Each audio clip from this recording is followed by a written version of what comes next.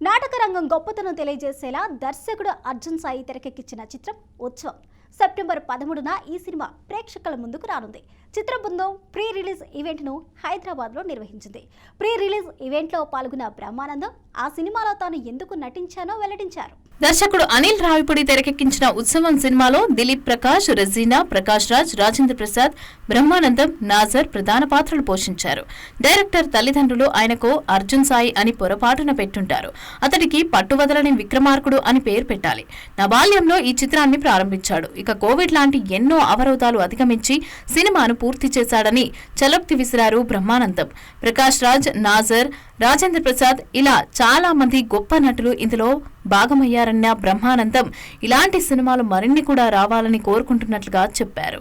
ఈ చిత్రంలో దుర్యోధనుడి డైలాగ్ చెప్పానని, ఆ సందర్భంగా సురభి నాటక మండలికి ధన్యవాదాలు చెబుతున్నట్లుగా బ్రహ్మానందం తెలిపారు. బాబ్జీ అనే వ్యక్తి ఇన్నేళ్లుగా దుర్యోధనుడి పాత్ర కోసం ధరించిన ఆభరణాలను తాను ధరించినందుకు ఆనందిస్తున్నా, గర్వపడుతున్నా, కనుమరుగవుతున్న నాటక రంగాన్ని బతికించాలనే ఉద్దేశంతోనే ఈ సినిమాలో నటించాలని చెప్పారు.